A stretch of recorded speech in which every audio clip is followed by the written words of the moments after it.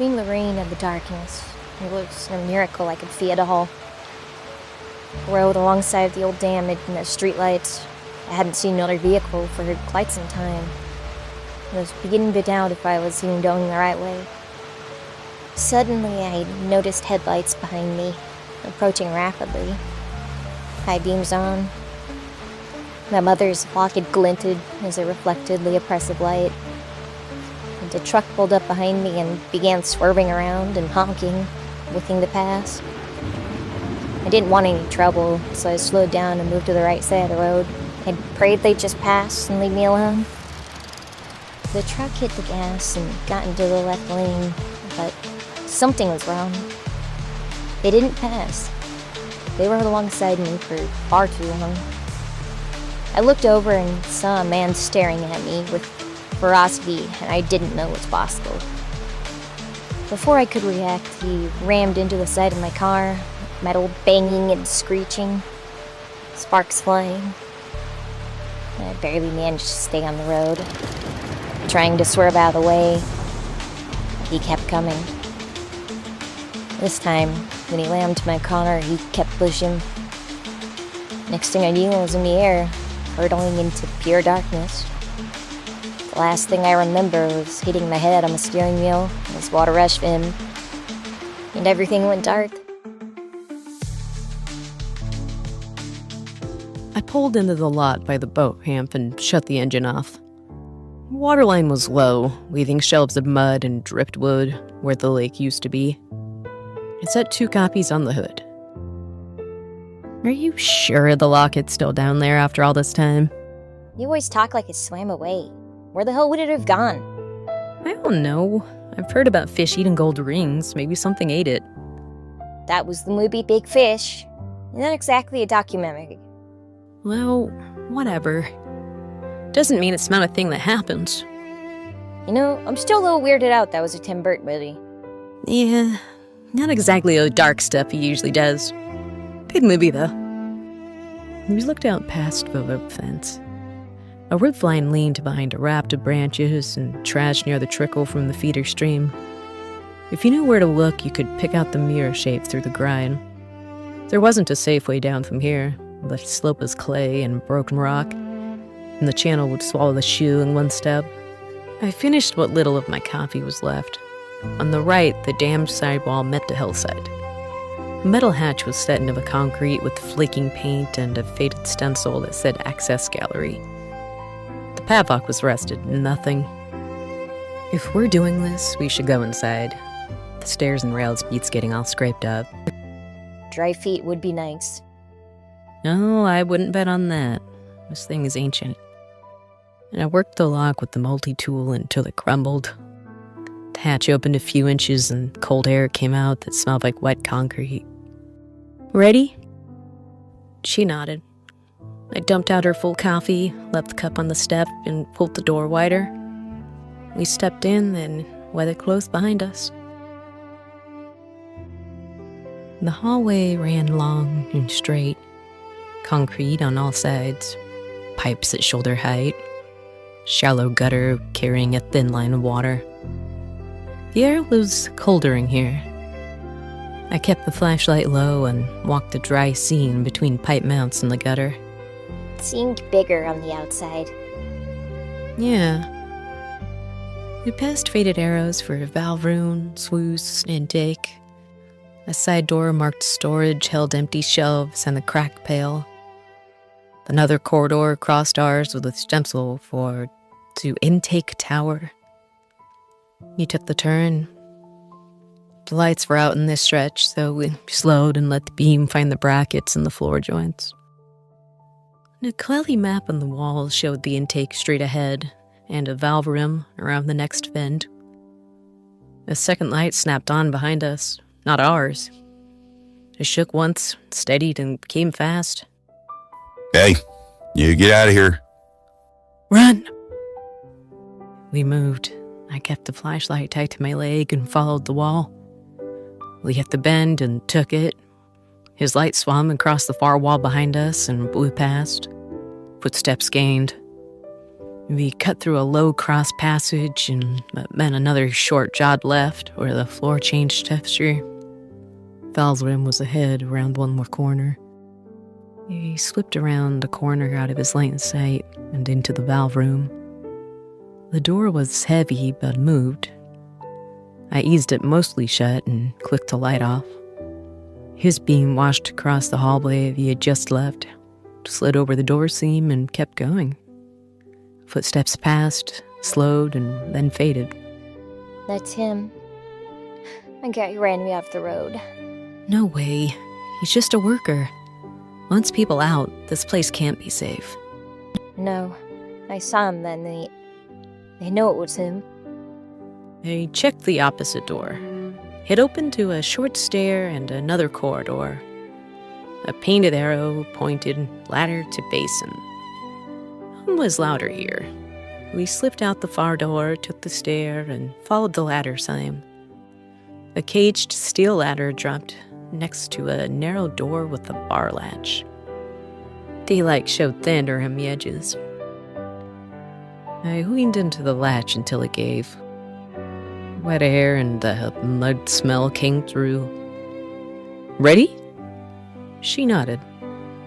I tested the first rungs with my boot and started down. The door opened to gray daylight and a damp, earthy smell. We stepped onto a narrow pad at the base of the wall.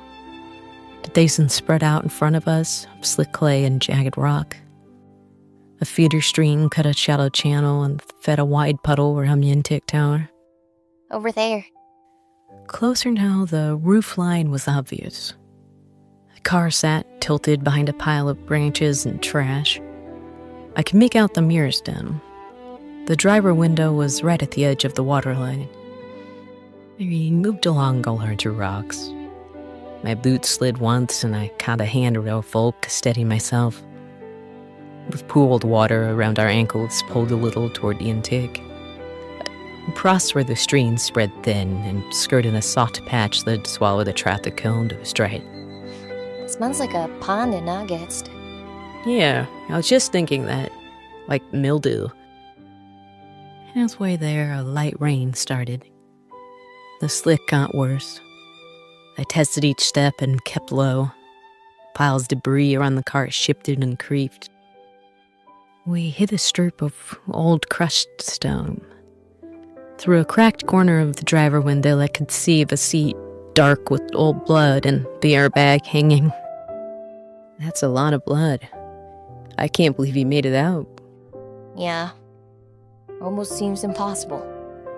I worked the chain off the bent mirror stem. The stem gave with a small pop and dropped into a seat, and the locket came free. I slipped it in my jacket pocket and whacked my hand on my jeans. Rain started to pick up. Up at the control house, a horn gave one short burst. The strobe flashed on the spillway. Ripples ran across the puddles that weren't from rain. The car shifted as the water under it changed, and the pile of branches bumped and turned. Time to go. We turned back toward the wall, the shallow channel laying higher than before, and pulled harder at our legs. The path we'd used in was under a skim of fast water now, brown and cloudy. Far off, a light moved on the bank, and a man's voice carried thin in the wind. Hey, stop. We kept moving. The route to the hatch was already worse than when they came out. We headed for the hatch. Feeder stream was wider than before. What was a trickle was a brown sheet pushing sideways now. I tested a step and the pole took my boot half a pace before I planted it. Grabbed my sleeve. She reached and then stopped. I caught myself on a rock and moved on. Halfway across, my foot slid and I went into a knee. The current turned me. I got a palm on flat stone and crawled up on both hands. My jeans were heavy and cold. Careful. I know. We reached the wall. Water ran along the base and pulled toward the middle. The hatch sat a few steps up. The landing was wet and slick. Branch knocked against the jam. Can we make that? Not like this. We have to find another way. The light bobbed along the bank. The same voice from earlier carried, closer now. Hey, lady, you can't be in there. Up the wall, now. I moved us along the wall where the pole was weakest. The ground dropped sooner than before. Water took my ankle and then my shin. Something under the surface grabbed my boot and nearly pulled it off. I jammed my heel down until it seated and kept moving.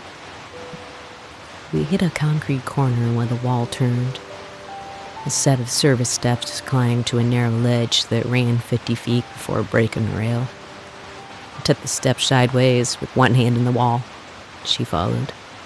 What are you doing? Get up there. The man shouted. His light swung, catching Lee in the beam. We reached the ledge. It was boot-wide if we kept our shoulders flat. Below, the basin turned harder than before. A loose sawhorse slid off the mud and shot toward the intake, rolled once and disappeared under in seconds. The car lifted, settled, and lifted again. The mirror dipped and came back up. We climbed higher along the ledge, maybe 15 feet above the water now. Rain came harder. A short burst sounded from the control house, and strobe on the spillway kept blinking.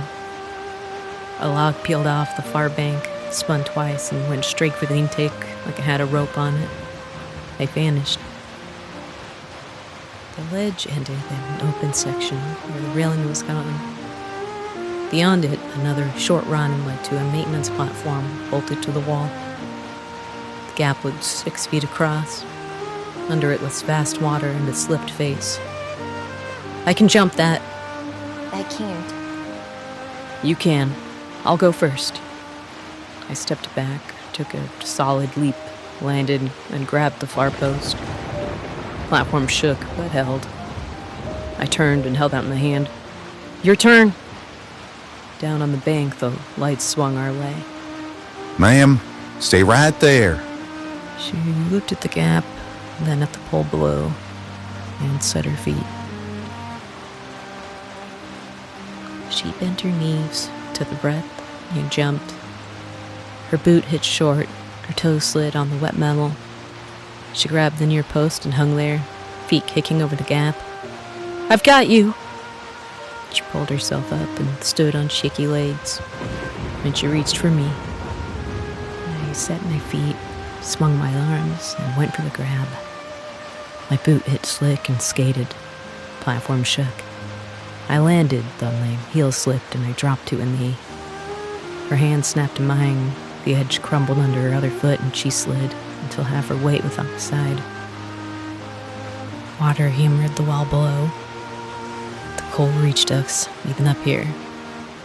She lost her footing and went over the lip to her waist. I threw my body flat and reached, my hands closed, and I squeezed hard around her wrists. You have to let me go. I can't. We're both going to make it. No. It's time. I looked into her eyes. She gave a small, tired smile. It's been 4 years. It's time to finally let me go. I blinked. There were no wrists in my hands, just a frayed rescue line biting into my palms. The voice was quiet behind me, close and not so close. It's okay. The platform shuddered. The gap below boiled. I tried to crawl backward onto the deck, but slipped another inch. My arms started to shake. A strong arm went under my shoulders and locked across my chest. He heaved, and I scraped back onto the deck, both boots on the grating. He kept pulling until I was clear of the edge. Yeah, I got you. I rolled onto my side and held the rail. Below, the water took a chunk of broken railing and pulled it under in seconds. I heard my own breath in my ears, and the locket clinked gently in my pocket. Can you stand? I nodded and got to my feet. The platform shook again. He pointed toward the way out. I felt drained. The man kept his hand on my arm, supporting as much as guiding, and walked me along the platform toward the stairs. The light on his helmet shook with each step. The strobe at the spillway kept blinking. The siren cut once, then went quiet.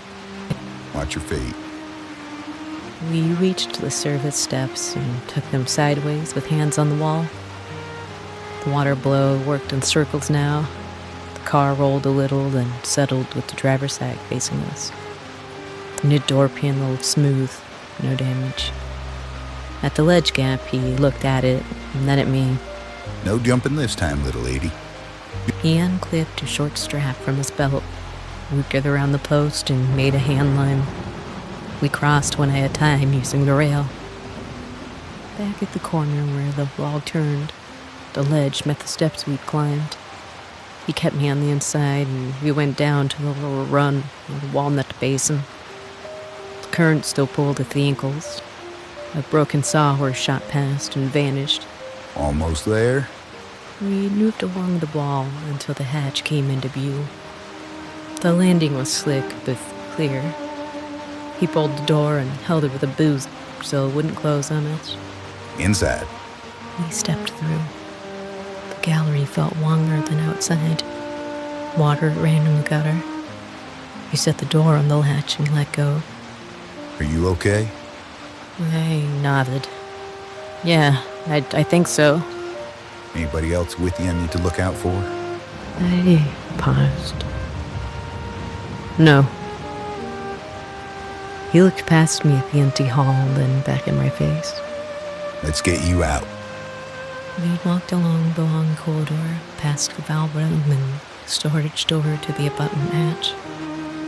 He pushed it open. Gray light and light rain leaving outside. His truck was up on the ramp at the amber bar terminal. Another worker stood there with a radio I couldn't hear. Sit a second.